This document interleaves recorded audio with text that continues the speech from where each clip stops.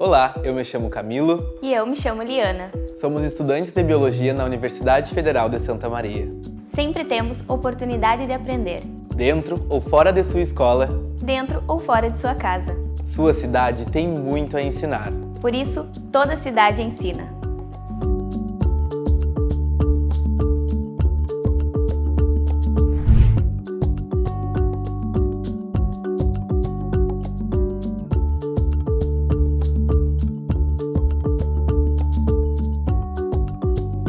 Tu já parou pra pensar o que tem dentro desse lago?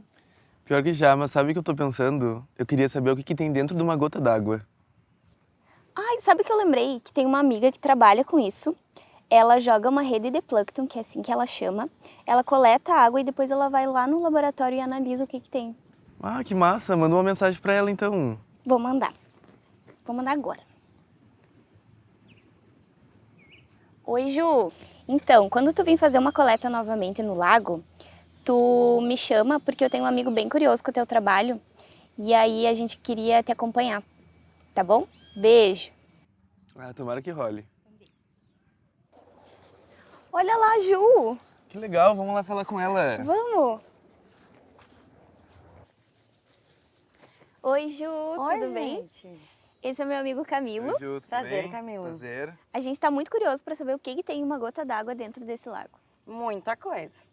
Tem desde resíduos de minerais, de solo, de plantas, até coisas que a gente não gostaria de ver, como microplásticos. Mas também tem a comunidade planctônica, que daí tem o fitoplâncton e o zooplâncton, que é Ai, possível que da gente legal. ver.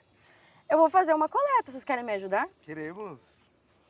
Deixa eu entregar aqui para vocês os frascos de coleta, para a gente armazenar a nossa amostra.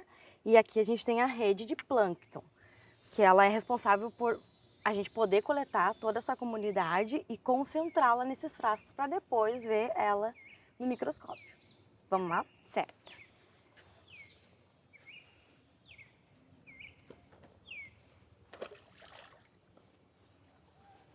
E assim a gente vai coletando toda a comunidade que está nessa superfície de água. Agora, na rede está tendo uma concentração de todos os micro-organismos que estão ali. E lá naquele copinho, lá embaixo, nessa parte aqui, a gente vai conseguir coletar todos os organismos que estão concentrados para depois visualizá-los na microscopia. Porque a gente precisa da microscopia, já que eles são microscópicos, né? A gente não consegue visualizá-los sem a utilização desse aparelho. Vou deixar escorrer aqui e vou tirar esse copinho para a gente ver.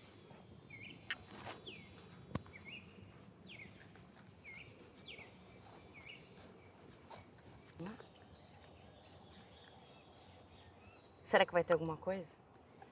Ai, tô curiosa. Tô curioso também. Isso aí. É isso. Agora, se vocês quiserem, podem me acompanhar no laboratório pra gente visualizar isso. Claro.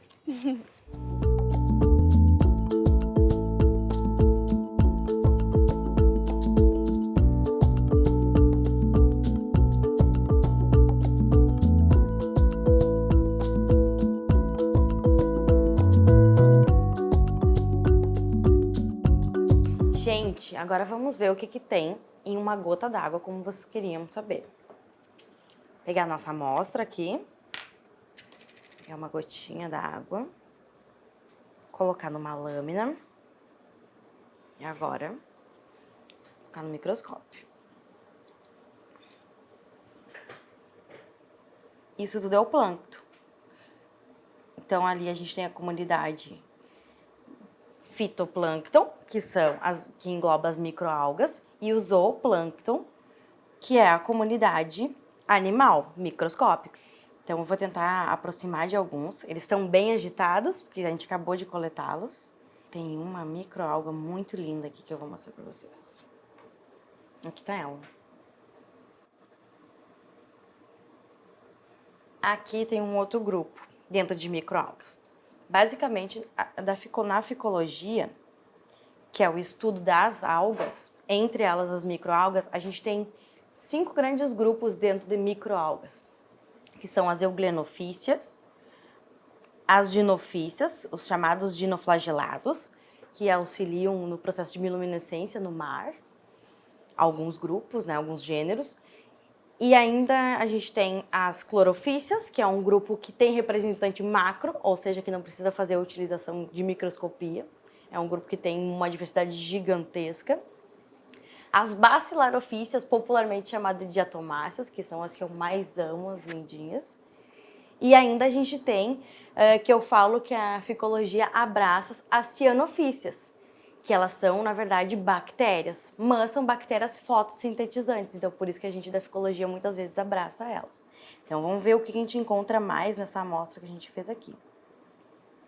Aqui, por exemplo, tem um grupo, ó, é uma euglenofícia. Pode ver que ela é desse grupo, tá vendo que ela tem como se fosse um olhinho vermelho? Que esse olhinho, né, é uma célula fotossensível, faz com que ela se movimente em direção à luz. É um ocelo, eu chamo, esse olhinho. É um dos grupos dentro de microalgas. Aqui ela tá andando bem devagarinho, né, nessa aguinha. E ali dá pra ver bem direitinho esse olhinho característico do grupo. Aqui as diversidades gigantescas das clorofícias, uma forma colonial aqui, ó, pode ver cada bolinha dessa é um indivíduo, mas que ele vive numa colônia, em conjunto, né? Tem algumas espécies, alguns gêneros que são individuais, que daí não formam essa colônia. Aqui é um outro grupo, as chamadas diatomáceas. Ela tem esse nome que justamente ela é formada por duas partes complementares, né? E ela, como característica, diferente dos outros grupos, elas têm toda uma parede celular, porque ela é um indivíduo, né? Que é formado de sílica, como se fosse uma conchinha mesmo, que dá uma certa rigidez. Ali em cima tem uma imagem delas de microscopia eletrônica de varredura, que mostra muito mais detalhes do que a gente consegue ver nesse tipo de microscopia aqui, que é uma microscopia óptica. Bom, então vocês podem ver que aqui numa gota d'água, o que a gente pode ter, né? Uma diversidade gigantesca, tanto de fitoplâncton como de zooplâncton, né? Esses organismos que lá habitam, né, e se desenvolvem nesse ambiente. Tem uma diversidade gigantesca e que tem um papel fundamental naquele local. Então é isso, gente, que a gente tem numa gota d'água, é toda essa diversidade. Tá bom, obrigado, Gil, pela tua explicação. Até mais. Até mais, gente. Tchau, tchau. O termo plâncton é utilizado popularmente para nos referirmos aos organismos que vivem na água, animais e vegetais, e que não possuem movimentos próprios, ou apresentam capacidade de locomoção limitada. Há os que preferem ficar na superfície, como o fitoplâncton. Assim, eles têm maior facilidade para captar a luz solar, já que eles fazem fotossíntese. Temos também o zooplâncton. Eles nadam em cima e embaixo da água através de estruturas prolongadas do seu corpo, que são os cílios e os flagelos. Essa locomoção é importante para fugir de alguns predadores. Assim, durante o dia, eles vão até o fundo dos ambientes aquáticos e durante a noite sobem novamente, porque é hora de jantar. E qual o seu cardápio? Fitoplâncton, esse mesmo que deu duro para adquirir nutrientes durante todo o dia com a sua fotossíntese. Mas afinal, como viver na água sem saber nadar? Estratégia. Durante milhares de anos, a evolução propiciou que esses organismos se adaptassem. Então, para eles não afundarem, eles precisam ser menos densos que a água. Consequentemente, conseguem boiar. As cianofícias, por exemplo, são conhecidas como algas azuis. E, na verdade, elas são bactérias fotossintetizantes que também são parte do fitoplâncton e possuem uma estratégia interessante. Elas têm estruturas que permitem boiar na água, chamadas aerótopos. Essas vesículas são como bolsas de gás que permitem inflar e murchar, tipo um balão.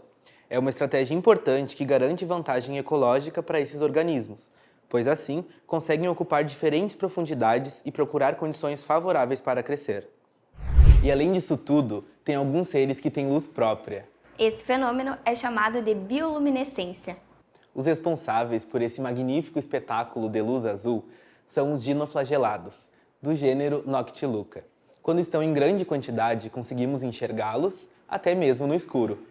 E eles são como vagalumes do mar. É graças ao vento que desencadeia as ondas que vão gerar reações químicas e o espetáculo está pronto. Na natureza, sempre encontramos diversas estratégias. Se você gostou de aprender com a gente, te convidamos para aguardar pelos próximos vídeos.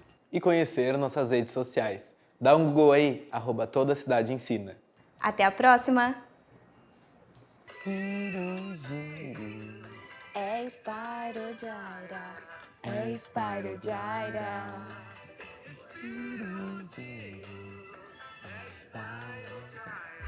Aí, já errei. Ih, também errei. Gente, eu tava conseguindo essa Vou fazer uma fala. fala grande. No gênero, eu errei. Tu não olhou pra trás. Ah, que ódio. Tem dentro desse